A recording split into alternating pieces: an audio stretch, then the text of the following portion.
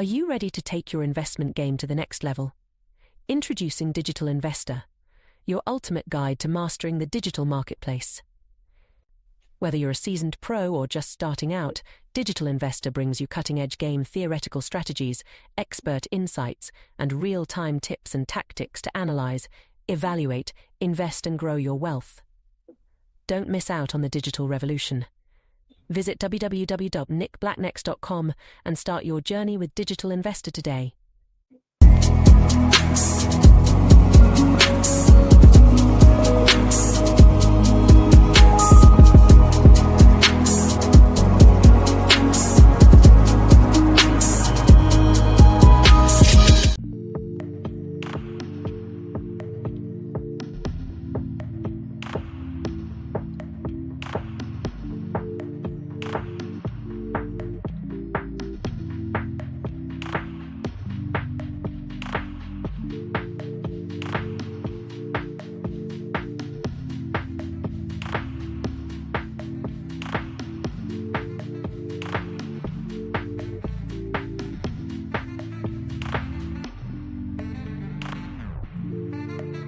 All right.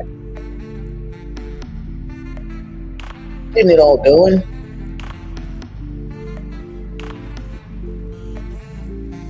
Hello.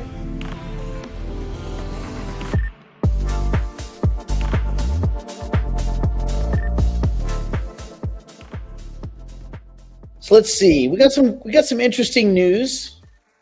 Interesting news bits and pieces.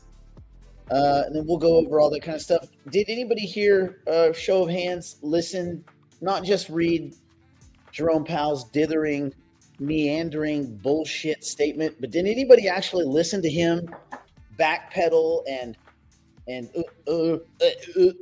pause and cough and clear his throat and all that stuff in the meeting yesterday where he contradicted himself about 432 times? Anybody get to listen to that? And anytime he got called out, some girl asked a really good question, and he just avoided it. I'm just not gonna. I believe that's political. I'm not gonna answer that. Bro, answer every question you're given. Like, what a douche. He just sounds like a guy that's, I don't know. He's forced to kind of quietly lie about everything they're doing at the Fed. He basically ignored the Atlanta Fed's numbers. He ignored the beige book. He lied about the job. I mean, he just straight through his teeth lied about the job market. I mean, absolutely lied. Not even close. No question. He downplayed all of the sentiment surveys. See, sentiment surveys used to matter. The last few meetings, matter of fact, up until now they matter, but now they don't matter. University of Michigan. Well, I don't really, that one's not really that important. It's like, oh, okay, well, because you quoted it before. You've quoted that. You've quoted the University of Michigan before, but then when it goes against what you're saying, when it goes against the Fed's directions, then you discount it. Oh, that's just the University of Michigan. What do they have? Like 3 people over there? Those, we don't look at any number of unemployment that has to do with people falling off of unemployment insurance availability. We don't look at that. We don't look at the fact that he even said it, and then I don't even know if he meant to say it.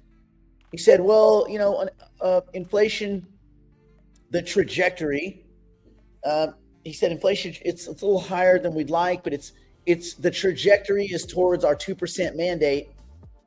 And then he said, wage growth is strong. It's getting close to our 2%. Wage growth is below 2%. His version of inflation is above 2%, and it's a wide chasm. And he kind of said in the meeting, oh, they're basically the same.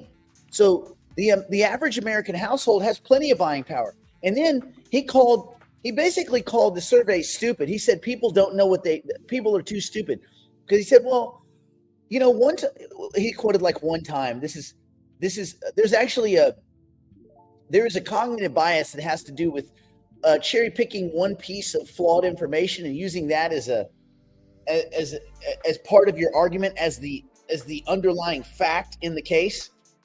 But he said, I forget how it was teed up. I'm trying to think of who, because I remember Leisman asked him a question and it kind of boggled it. Anyway, but he had said, oh, I don't know. I have to go back and listen to it. But he makes these kind of very vague statements. He's like, well, one time,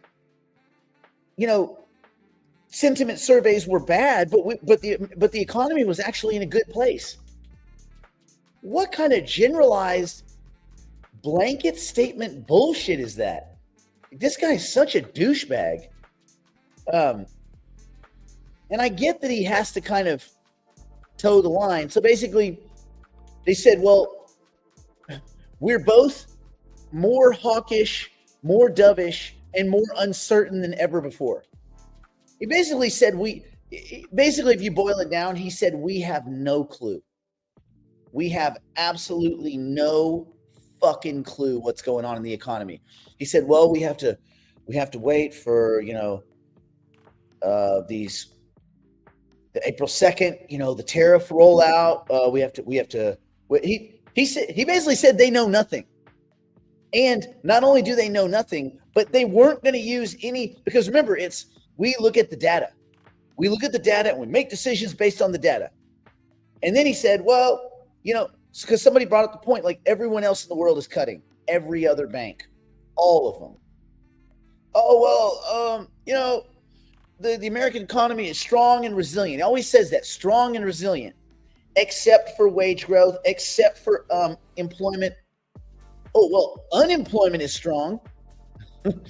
There's strong unemployment numbers. Payroll, bad. Someone brought up the point, oh, this is what it was. They said, are you worried that a lot of the job growth was in government jobs and that went to GDP? That was most of GDP was government jobs.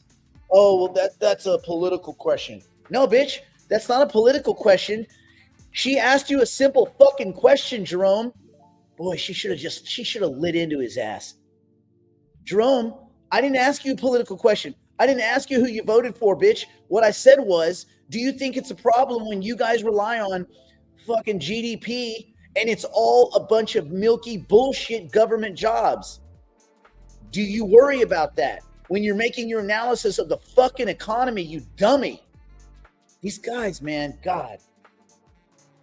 Anyway, I knew I'd get a rant out of that. I knew if I just thought about Jerome Powell's big ears for a moment and his dodging, but I feel like Jerome Powell as a regular dude would be pretty cool because he is intelligent. But that dude is a fucking liar. And he's a liar about stuff you don't need to lie about. He should compartmentalize that stuff and just say, my opinion, it's not the FOMC's opinion, but my personal opinion is this or whatever. Just say that. But don't bold-faced fucking lie about the facts when they're right. And then, it's political. Hey, Jerome, what color tie did you wear? That's political. I'm not going to get into that. Okay, because you just said you were happy about GDP. But then when the next question says, are you worried that most of GDP is government jobs, which you guys know is funny. They're fake jobs. You pay someone to dig a hole. You pay someone to fill it in. You pay a manager to watch them. That's 12 people on a government payroll. Think about how many people are employed by the Fed. It's astronomical. Thousands. Like, man.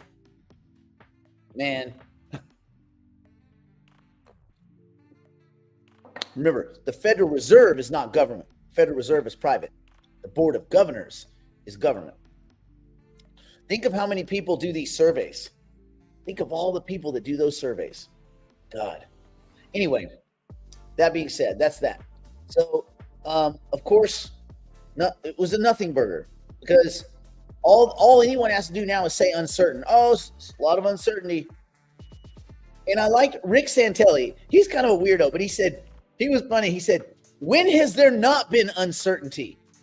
Name one time in history where everyone was certain. What, for 3 minutes in 2006, before the 2007 everything came apart? Maybe right before the dot-com bubble burst. Name any time in the history of humanity, in the history of investments, where everyone was certain. Everyone. Like, there's never certainty. There's always degrees of uncertainty. So when you say stuff like that, you're just basically saying, I don't have an opinion because I don't want to look stupid. I don't want to say something and look stupid. You know what? And then when you do that, you look stupid. You look so stupid. Remember, do you guys ever see UHF with Weird Al Yankovic? You're so stupid. It's like that. It's like I wish Steve Leisman once in a meeting would just say, Jerome, you sound like a dumbass right now. You really sound like a jackass. Why don't you walk out of the room, straighten your shirt, straighten your tie, get your thoughts together, and come back in here and answer some fucking questions. Like, no one checks this guy on his bullshit. And then I'm done. Just walks out. You done? You didn't do anything. All you did is come and say uncertain for 14 minutes. And then you fishtailed on a bunch of other questions and unanswered questions.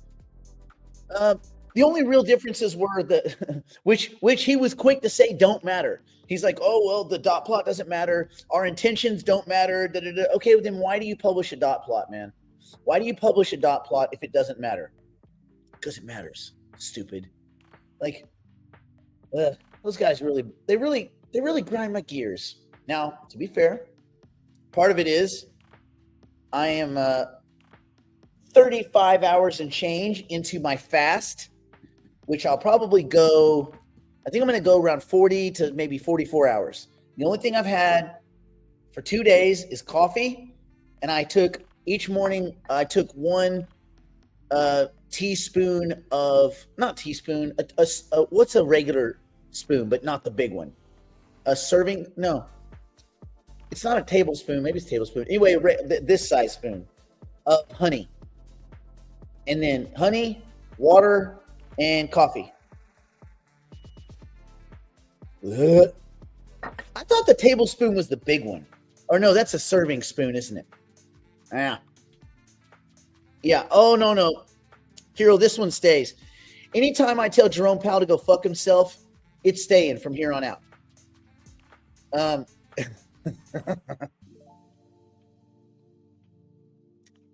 I would say that that's just the fast talking, but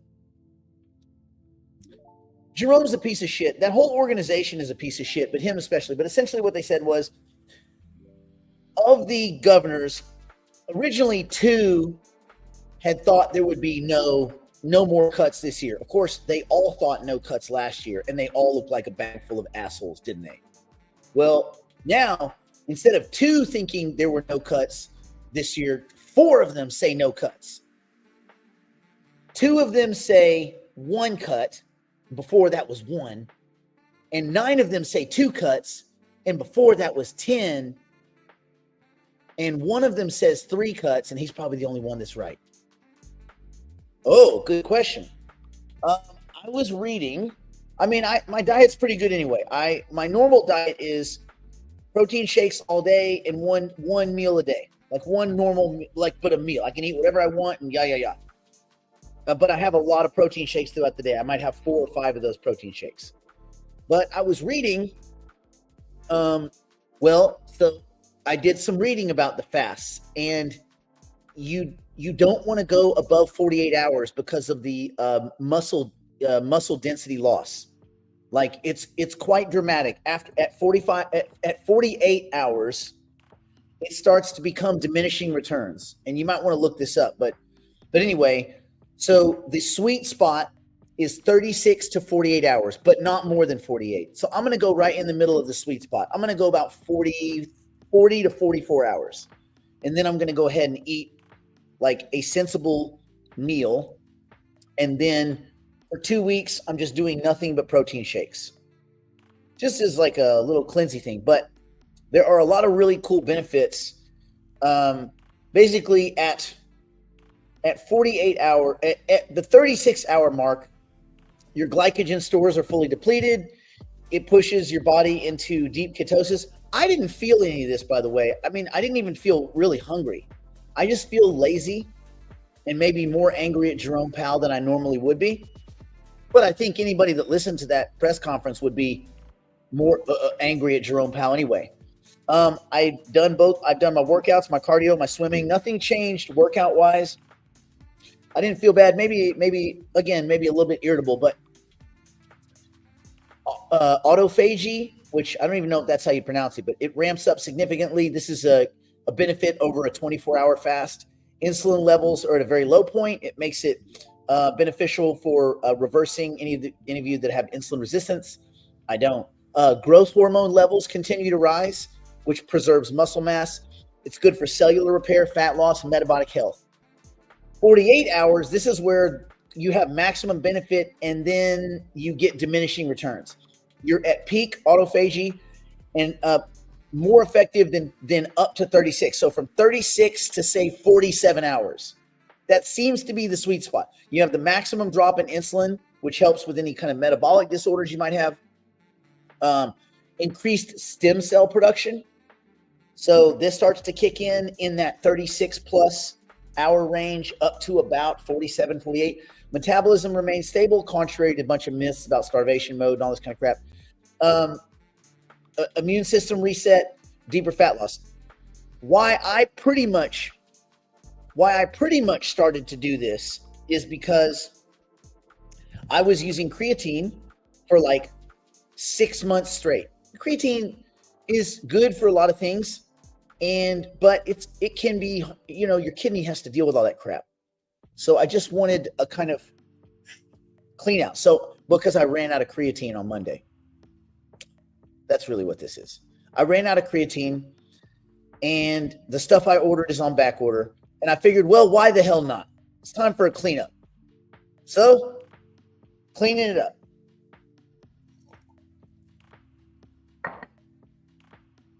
All right. So, yeah, I'm a carnivore. Oh yeah. Be careful on the strictly carnivore diet. Just make sure you're getting enough vitamins and minerals. You get a lot from meat. You don't quite get everything. There's a lot of, we live a lot longer as humans than we used to. Remember, the average lifespan was like 28 to 34 years. For millions of years, that was it. That was like as good as it gets, right? Like, yeah. So our lives have mostly tripled, but we're on the same frame, right? So you got to be careful. And again, yes, your body repairs and transitions all your cells out every so many years and all this kind of stuff. But just don't go purely meat. Yeah. Oh yeah, that's a good idea. Bam. So you're probably on the right track. We got these teeth for a reason. Anyway, okay. So the news that I found, once I got past Jerome Powell's meandering bullshit, there was some interesting news. We'll talk about the Ripple news a little bit. It's not really news. I'm going to give you the quick bit of it, which is the SEC looks to have, well, they didn't say anything. Bread Garlic Mouth, the crook, came out and said, we win. No, that's not what happened. They don't win. The SEC dropped the appeal on the fine, on the price of the fine. That's what the appeal was. Judge Torres said, I think, handed down a $125 million fine, which of course Ripple would go and sell tokens to a bunch of idiot investors to pay their fine because their company doesn't make that kind of money. So, but the SEC was like, no, the damage was over like 1.3 or 1.6 billion. That's how much Brad and Chris pocketed. Can you believe that? That's how much they personally pocketed. These two fucking assholes. Anyway, so the SEC rightfully said, no, we don't think that's the right fine amount. We think the fine amount needs to reflect the damage they caused to the market and, whatever. And remember, the SEC, as part of this whole thing, had already dropped fraud charges because it's very difficult to prove fraud. it's tough to prove the intent part of fraud. They could be like, I didn't know. We didn't know it was wrong. And blah, blah, blah.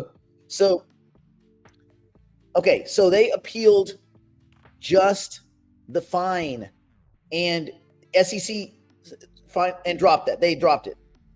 And the original SEC under Gensler was an aggressive attack on Ripple. But they were right. Like, they were absolutely right to attack Ripple for the things they attacked Ripple for.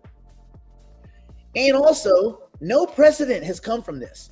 So when Brad comes out and he says, yeah, man, we won. No, you didn't win. You still have to pay a fine. That's why he says in like an asterisk, well, there's still a few things we need to clear up. Yeah, bitch, like the huge fine you have to pay for your fucking corrupt ass that got caught and found guilty. But the case is done. The appeal is over with. The appeal's been dropped, and that's it. On that one, I'm kind of surprised that they didn't. I'm wondering if they reached some settlement amount in between. Like if Brad and Chris in the douchebaggery went there and said, listen, we'll meet you in the middle. We'll give you $500 million. At some point, you think that's going to be made public. So they said, he even kind of alluded to that in his statement. I'm not going to read his statement because it's just as bad as Jerome Powell, only shorter. Garlinghouse is a creep. Just understand that. He's a creep and he's a thief. And he got caught and was only marginally punished. And then he got caught politicking for XRP as part of some strategic reserve. And it's the weirdest thing. Like people like the whole, I won't say the whole, most of the crypto community looks at Ripple as kind of a joke. And they look at the way that they have that block production happens as mostly privatized and a joke. And they look at the XRP ledger and it's a business product that doesn't require XRP. And then they look at what the utility of the token is, and it's not much. And they go, well, how is this even a crypto company? Are there smart contracts? No, not really. There's some kind of loose, flimsy ass kind of dumb contracts, not smart contracts. So what can you really do with it? Yeah, not much. That's it. I mean, there's a lot of stuff. Like, look, I like the Bitrue exchange. They have like Ripple pairs for every asset, which is so stupid. They get like no volume because no one uses XRP for anything. So whatever. I mean, again, I'm not a hater. I have some friends that have a lot of XRP. And I was like, man, if you get any pumps, man, sell into these pumps. There's no utility for this token. It doesn't do anything. It's like Chainlink. It doesn't do anything. The doing part, nothing. So at some point that will matter. You think. So we'll see. So yeah, anyway, so yeah, they dropped the appeal. So I guess there's some deal making going on with the fine. How are they going to pay the fine? They'll sell XRP to a bunch of idiots on John Deere tractors waiting for the great reset because they're going to go to $10,000 a token. So buying it at $2.50, that's a deal, man. That's a steal. Come on, bro. Okay. In actual news, because a lot of lawyers came out and said this doesn't create any precedent for anybody else. The Ripple situation does nothing for anyone else. It's one case, one controversy. It's a specific situation for a specific company. Anyway, but in cool news, cool company news, Kraken. Did I spell Kraken wrong? Man, I get this thing wrong. I put a C. I don't put a C. I'm gonna look at it. Hold on. Is there a C or is there not? I'm gonna look at the app right now. Nope, there's no C. I always spell that wrong. Why do I put a C? Anyway, Kraken is reportedly in final negotiations to acquire NinjaTrader. Okay? For $1.5 billion, signaling its expansion into futures trading and a broader asset class portfolio. Now, I have not messed with NinjaTrader. I don't think NinjaTrader has spot settled assets. I mean, it has futures trading, but remember, futures is one of one of a host of derivative products: fast forwards, futures, leaps, swaps, options, and maybe more. Those are the only ones off the top of my two hands. Kraken is reportedly going to enter the U.S. futures market through NinjaTrader's futures commission merchant status while maintaining the platform as an independent entity. Kraken is leveraging the deal to accelerate its global expansion, enhancing its trade offerings, and position itself for a potential IPO in early 2026. Cryptocurrency exchange Kraken is, well, they're in the advanced stages to acquire NinjaTrader. It's not done yet, but usually when they put out information like this, it's going to happen. So the deal is $1.5 billion. Good for them. It extends Kraken's influence beyond the crypto spot market into regulated futures trading. Why isn't there a way to sell? Why hasn't someone come and taken the business that Ledger X was doing? There is no way in America to sell calls against Bitcoin. What the shit? That doesn't even make any sense. It's still really irks. It's very irksome. I'm irked. I'm irked by it. Anyway, while neither company has officially confirmed the deal, sources familiar with the matter indicate that an agreement could be finalized as early as March 20th. Oh, snap. That's today. If successful, the acquisition would enable Kraken to offer crypto futures and derivatives within the U.S. market. But which derivatives? So let's look a little bit about NinjaTrader and see if it gives us a hint. NinjaTrader, a well-established platform with a user base of 1.9 million traders. Okay, so probably some fair liquidity. Offers a comprehensive suite of trading tools, including charting, analytics, and simulation features. Simulation stuff might be fun. The firm generates approximately $55.3 million in annual revenue. That's not much. That's not much. That's about 4 and change. That's 4.3 a year. That's not a lot. I mean, about 4 million and change a month. That's not much. Okay, so this doesn't have a lot of volume, but you would assume if Kraken got it, they would put the marketing machine behind it. Maybe that's why they're getting it for $1.5 billion instead of like $10 billion. Anyway, although that's weird, they value the deal at a 30x, 28x revenue. That seems weird to me. What a weird valuation. I mean, I'm sure there's more that goes into it. I'm sure they have some assets or something like that. Whatever. Anyway. By integrating NinjaTrader, Kraken is not only gaining access to regulated futures trading, but reinforcing its broader ambition to expand across various asset classes. The deal aligns with Kraken's ongoing initiatives, including plans to introduce equities trading and advanced payment solutions. Wouldn't it be cool if you could, in Kraken, through NinjaTrader, purchase IBIT with Bitcoin, sell calls against your IBIT, take the profit, push it back out of NinjaTrader into Kraken and into more Bitcoin. Woo! The multi-asset approach could position Kraken as a formidable competitor to traditional brokerages and trading platforms. Hey, man, I'd rather have my account on Kraken than E-Trade. E-Trade. Pretty good. You know what's crazy? When you're doing your little fast thing and you haven't had anything, you can actually taste what these flavors are in the coffee. I don't know that I like the taste of coffee without sweeteners and creams in it, to be honest with you. I think I could probably just drink sweeteners and cream and be satisfied. Anyway, there you go. Oh, crap. Finally dropped it. Yeah, well, all right. Crap.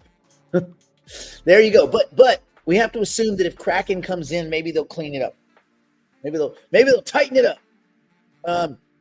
To further strengthen its infrastructure, Gretchen recently launched a co-location service on March 17th. This is a few days ago. This initiative aims to enhance execution speeds and optimize trade performance for institutional clients, ensuring competitive access to global markets. How about a spot options market on Bitcoin, mother truckers? See, I'm not going to cuss out Kraken because I like Kraken. They're just illiquid, but I like Kraken. Yeah. Whew. Okay, cool. All right, so that's the Kraken news. That's kind of cool. Briefly, Trump basically tells the Fed, hey, why don't you dickbags cut rates? The Fed would be much better, the quote, the Fed would be much better off cutting rates as U.S. tariffs start to transition their way into the economy. This is what U.S. President Donald Trump said after the Fed's Jerome Powell delivered much green in his Wednesday speech. Though it's not clear whether that green was temporary, as futures suggest down by 50 basis points for the day, in part perhaps because Trump also said, do the right thing. April 2nd is Liberation Day in America. Damn. I kind of think it's cool. I hope Liberation Day doesn't turn out to be perverted. It doesn't end up being the purge, but these countries deserve it, man. They need to get hit in the head with a 2x4. Exactly who has invaded his head is not specifically clear. But and this is his advisors and all this kind of stuff. But the tariff thing was something that Trump had talked about for a long time. And a lot of other business people outside of politics have said this is a problem for decades. But we are to expect global reciprocal mass tariffs. We talked about this yesterday a little bit on April 2nd that may or may not be rescinded the day before, the day after, or the day of. We don't know. But Liberation Day cometh. It's only 12 days away. I think it could be pretty exciting. 13 days? Anyway, Liberation Day. We'll see. It's funny because Jerome Powell in their speech, it was pretty clear. He's letting everyone know I'm not a monkey. I'm not a talking monkey for the president.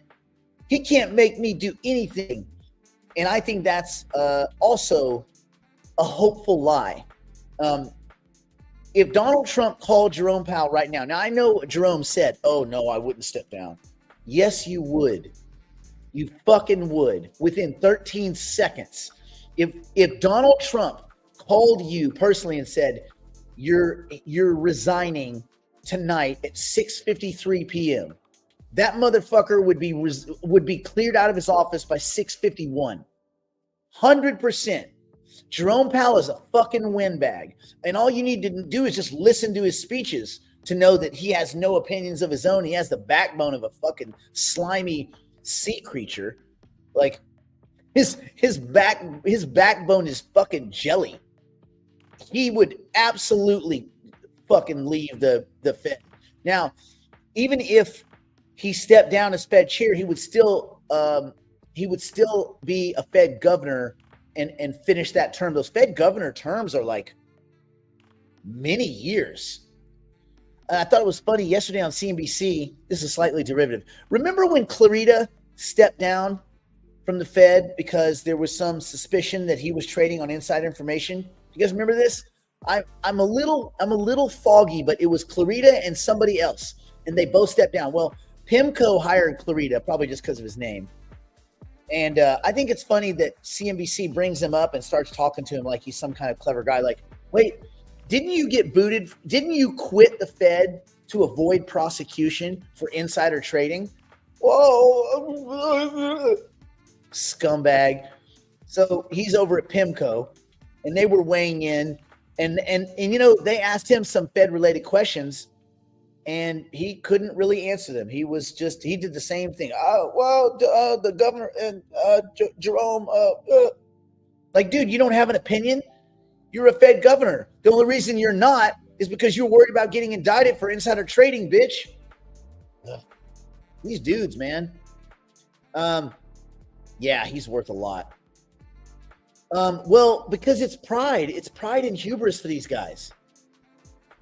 They I don't say these people because everybody's like, you can't say these people. These people, and it's not just at the Fed. This is what Elon's cleaning out with his Doge attack.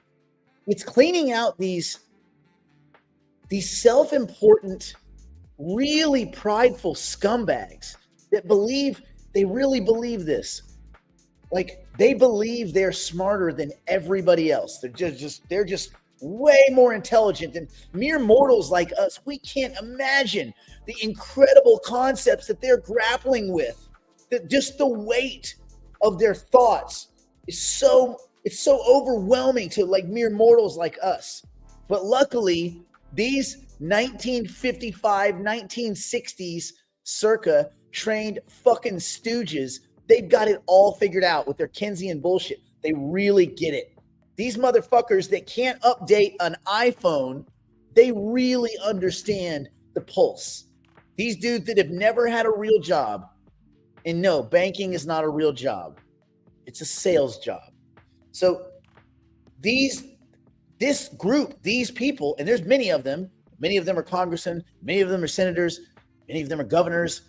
Like, these people they really believe, kind of in a megalomaniacal, kind of narcissistic way, that they are responsible for the financial well-being of everyone else because we're all too fucking stupid to get it. We're just too stupid. We can't fathom. We cannot fathom what they have to grapple with. We should be sending them cookies and shit. Douchebags. Oh, maybe that's the fast talking. I don't know. Anyway, okay. So let's move on. So yeah, Trump said, you guys, and what's funny is the Fed's going to have to cut. Now they're going to give every other reason. They're not going to even mention, or they'll try to blame Trump. They're like, well, we had to. Well, wait a minute. I thought you guys said that tariffs increase inflation. And if it increases inflation and your dual mandate is, let's see, maximum employment and price stability. Now, if inflation goes up, aren't you supposed to raise rates? Oh, but the dollar's weakening. It's curtailing, and tariffs are curtailing spending.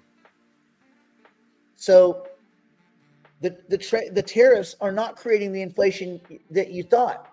So which is it, Jerome? Are you gonna cut because the economy's in the dumpster? Or are you gonna raise rates even though, because you believe that tariffs increase inflation when it's pretty clear they are not increasing inflation, not at all. So, and again, we don't know how long. The only thing I said that I agree with Jerome Powell is he said we don't know as far as price effects, how much of that is tariffs, how much of that is like inflation. Like we don't know. He basically said we don't know. Of course they don't know. He's like, we're gonna really do some research. Oh, really? What have you been doing until now, fucker? Nothing? Just waiting for this meeting, waiting for this press conference, and then what are you gonna go do? The same nothing you guys always do. They don't do anything. They farm it out to all their little underlings. Go, bring me this data. And if it's the data that doesn't match what their ideas are, they just dismiss it. Anyway, oh gosh. So yeah, that's going to be the funny thing. They're going to have to blame. They're going to have, and this is the other thing, and they must know this because they're prideful, arrogant assholes. They must know that if they blame Trump's tariffs and they say this is why we have to cut rates, that is 180 degrees from what they said before. Meaning, we think tariffs will increase inflation and we might have to go up. So they're either wrong or really wrong. There's no way out.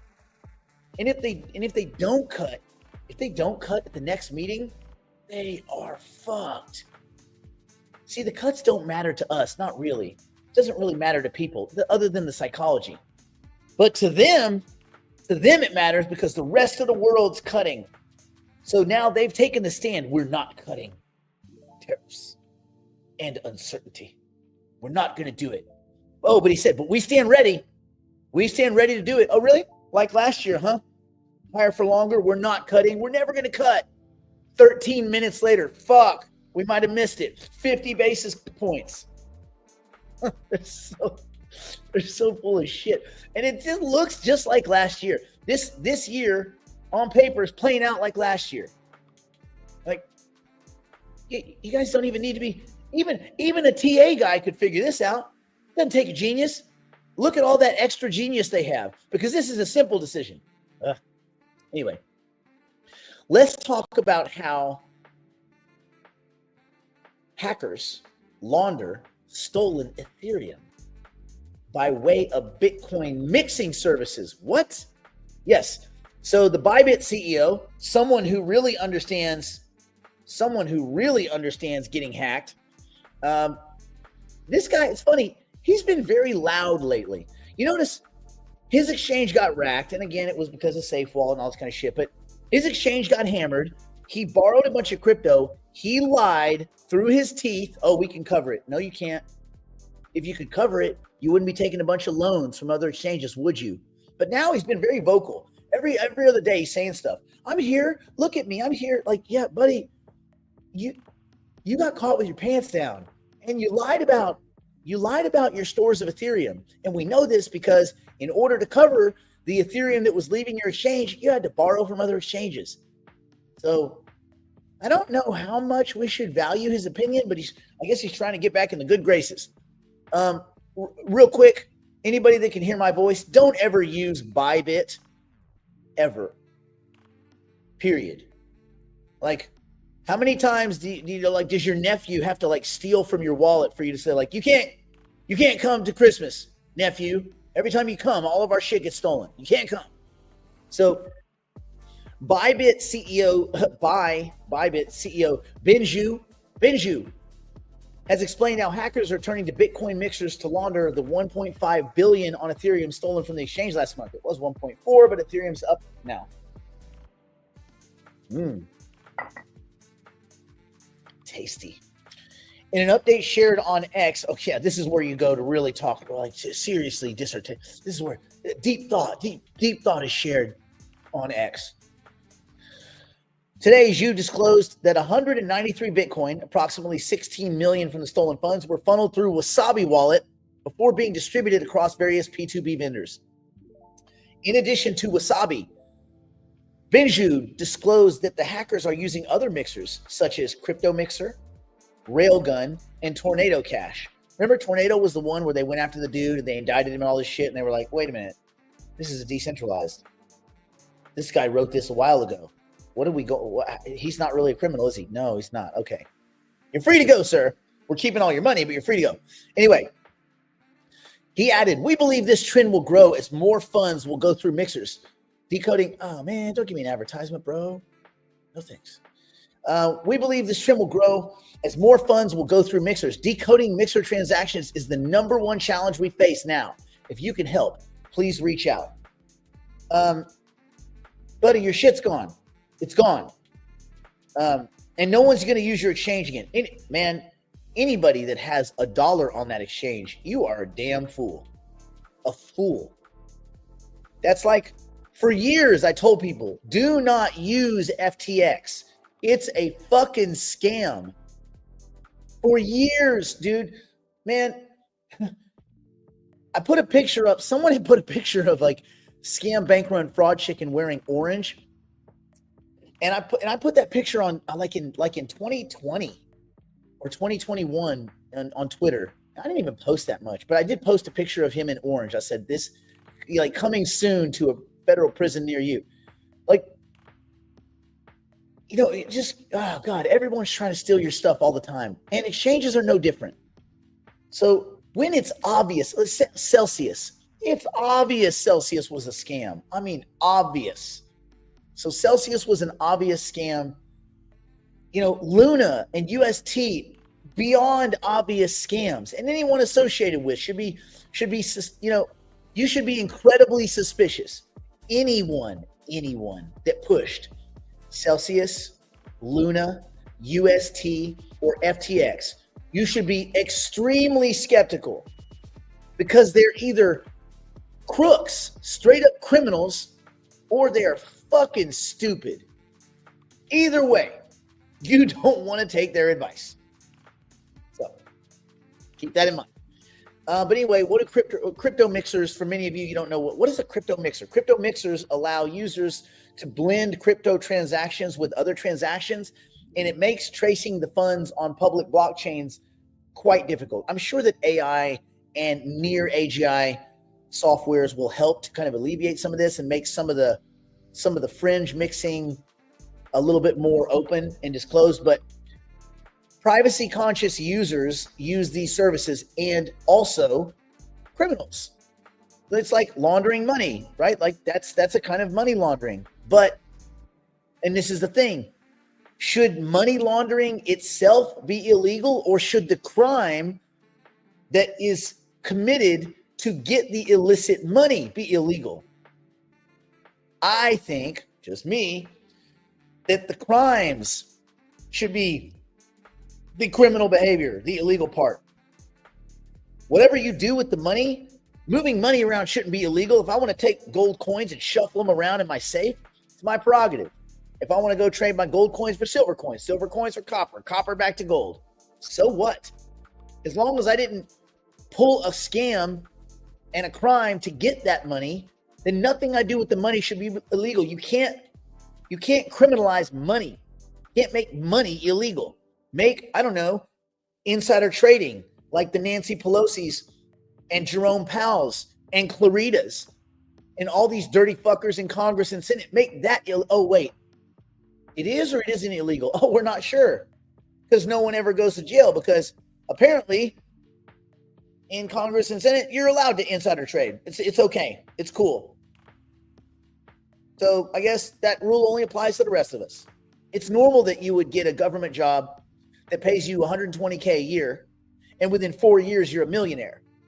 120, 120, 120, 120. Taxes on that equals $1 million. Real quick, can one of you guys do the math on that? 120,000 times 4 years. Go ahead and hit them with like a 20% tax. And then what's left should equal $1 million, right? That's $1 million. And then after two terms, they're worth 5 to 10 million.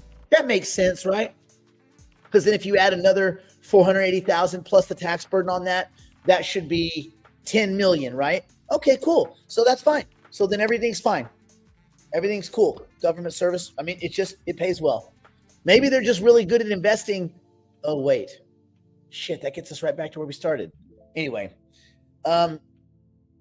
so there you go. Anyway, as a result of all this kind of mixing stuff, yeah, no, Lisa, they don't have to eat to live.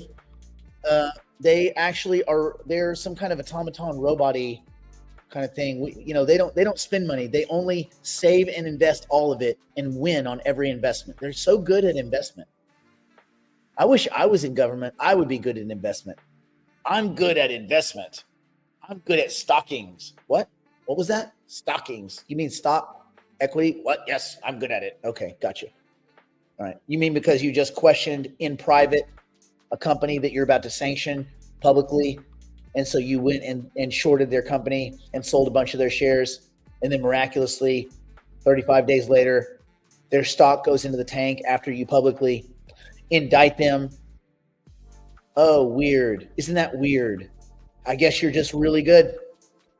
Anyway, regulators have sanctioned platforms like Tornado Cash for their role in laundering stolen assets. Funny how banks get sanctioned and nothing really happens. I think one of the biggest money launderers in the world was Santander.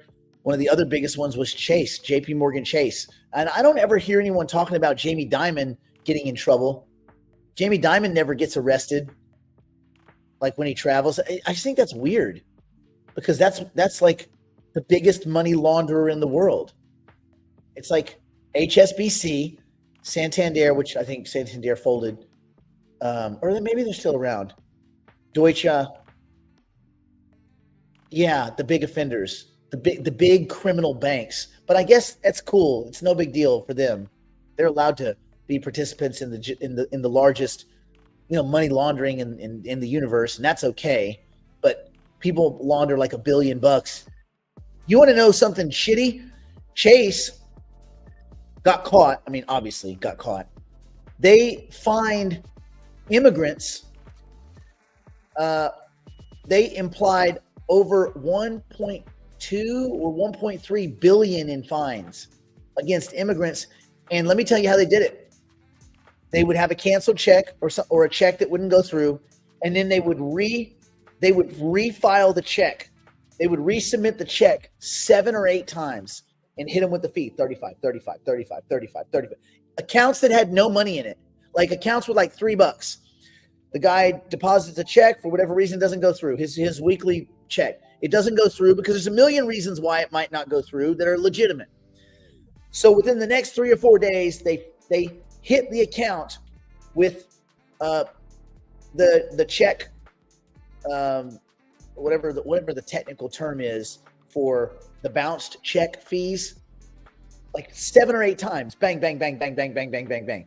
1.2 or 1.3 billion, and it was like 95% directed towards immigrants that can't fight, that have like no money.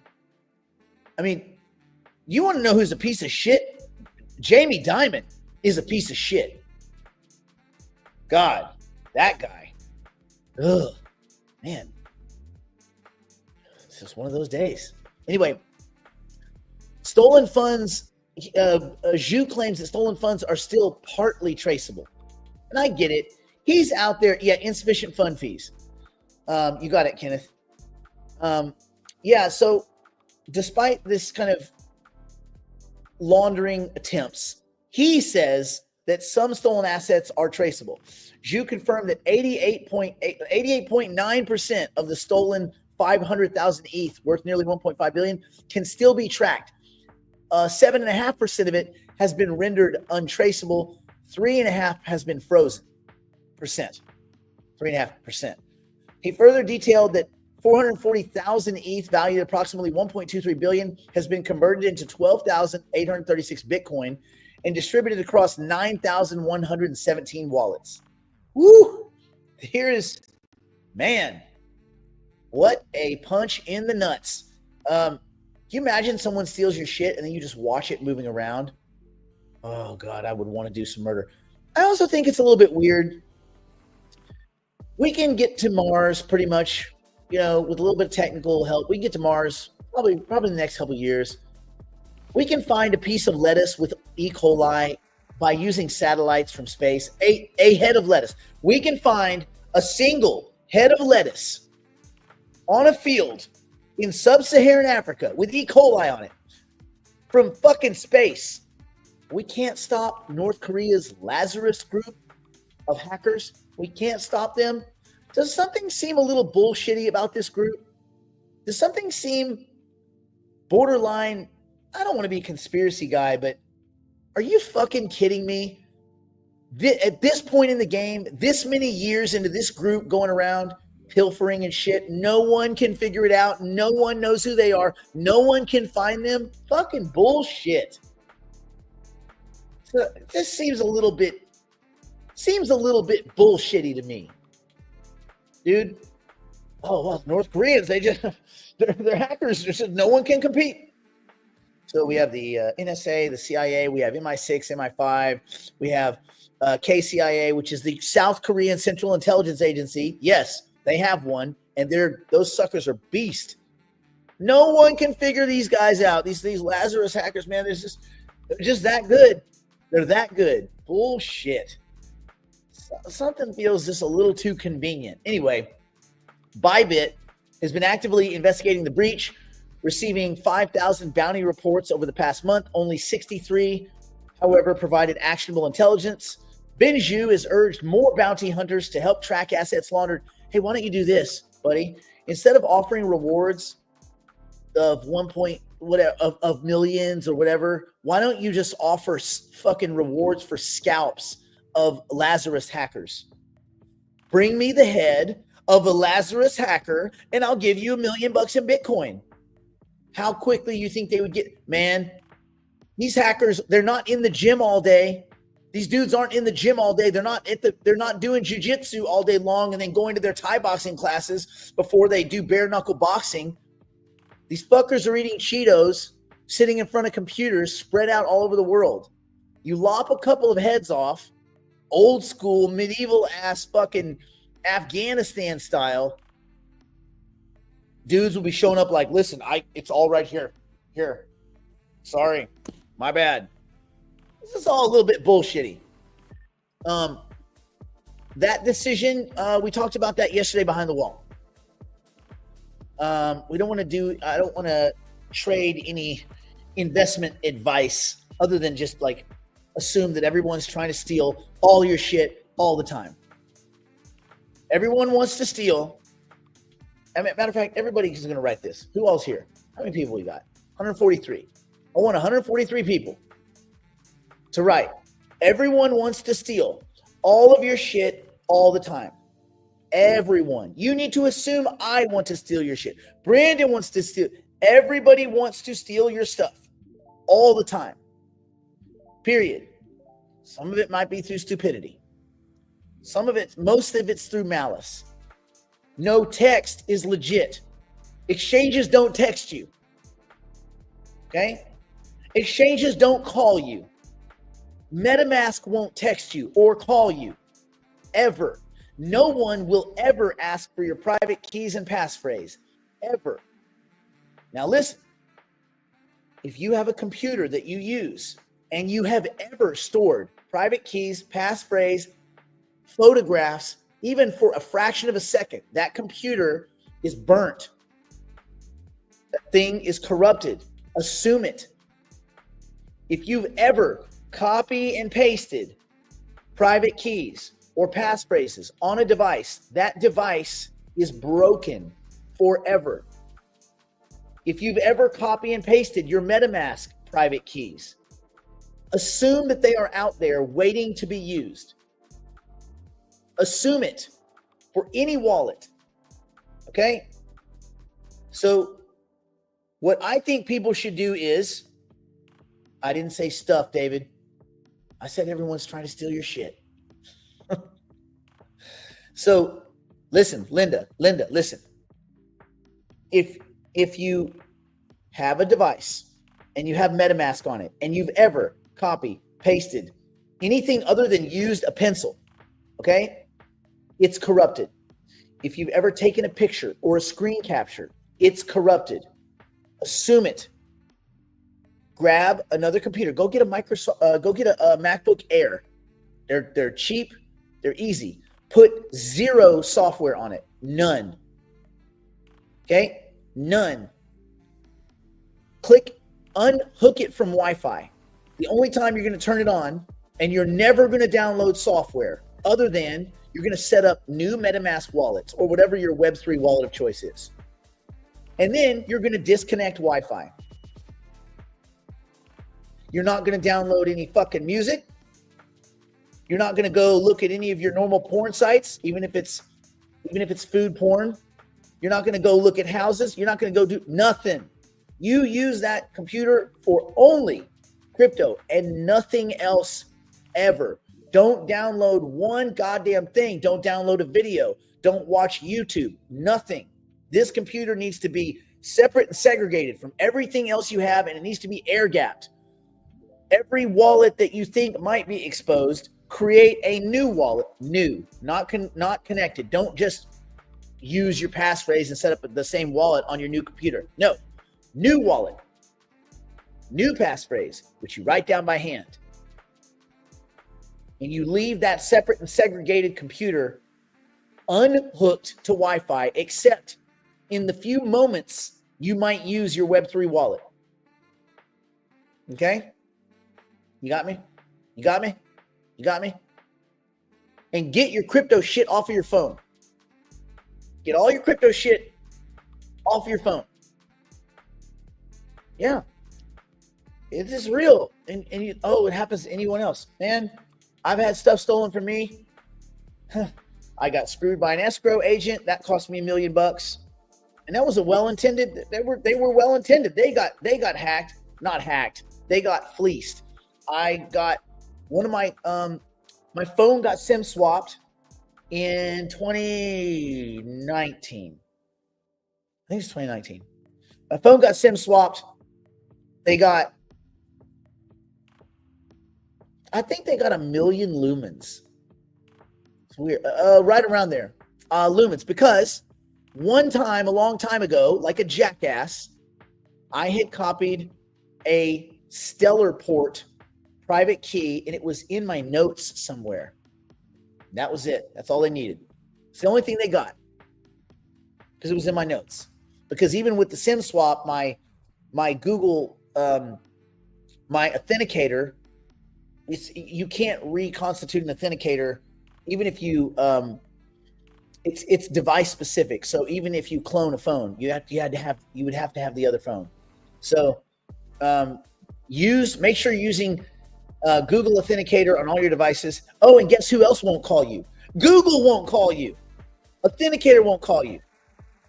And you got to be very careful. There's some stuff floating around that says that Chrome, like on PC and stuff, Chrome may be perverted. The Chrome browser, there may be ways to put malware on your computer that can pull passwords and things out of your Chrome browser if your cookies haven't been cleared every 13 goddamn seconds. So everybody wants to steal your shit all the time. And for this reason, if this stuff is super, if you find yourself super confused by this stuff, slow down, put your stuff back on an exchange. Yeah, I don't like the fees. Yeah, Coinbase, this and that. Yeah, you know what? Distribute your stuff out. Put some stuff on Kraken. Put some stuff on Coinbase. Lock that shit up in a vault. Coinbase has a vault. You guys know that? You can vault assets at Coinbase. It locks them in there. And even if anyone attacked your account for 48 hours, your stuff is in there. No one's getting it. You have 48 hours to get to Coinbase and say, hey, that's not me. And then they lock everything up. They lock that shit up. So you guys got to be careful. It sucks, man. Waking up after someone stole $1 million from you, it ain't good. Even remember, there was a time where lumens got up to $1. It was, I think, the most Stellar ever got. Stellar got like $1.01. I didn't sell it high. I didn't sell it all. Like a jackass. On that one, I didn't sell it all. I did take money on Ripple, on XRP. Ripple turned to XRP. I did take some money on Ripple, but I never took anything off of lumens. It was stolen. It was stolen before I could take any profit, which sucked too, because I had $1 million. It got to $1.01. So I had $1,010,000 worth of lumens at one moment in time in 2017. 2017, 2018, early 2018. Anyway, right around there. Let's think back to that. That's depressing. Anyway, people want to steal your stuff, man. Don't let them do it, okay? You say you thought about, I thought having a computer just for crypto. Well, yeah, but if you've done any of those bad things, Lisa, if you've done any of those bad things, then yeah, your computer is not just for crypto, is it? Your computer is for all sorts of stuff. I don't have a specific antivirus. You just kind of look around and see what you think is good. I think I use Norton. Antivirus, but there's, there should be plenty of good ones. Yeah. Does a MacBook work without any software? Well, it comes with basic software, but you're not going to download anything else. And you're going to strip mine of everything. Get rid of the music app, get rid of everything you don't need. You just want the bare bolts, bare necessities. Anyway, let's call it a day. We will reconvene this meeting. These hearings will continue tomorrow at 8 a.m. Pacific with Brandon. What would we say? Brandon will be giving his speech at 8:01 a.m. in the PST. All right. Stay in school. Don't do drugs. Don't do anything my poor insolvent drunk strung on meth grandmother wouldn't do. If you're setting up a portfolio and it is $1 million or more and you want help, non-management help, meaning help you construct it, help you purchase, help you push all your assets to safe places, all that crap. But you don't want any management. We're not doing management. That is something that Brandon and I are starting to offer. I also, as part of that, will give you access to my crypto tax guy. Anyway, that's what that says right there in that portfolio set. That's what that says right there. That's what that right there is. All right. We will see you on the morrow.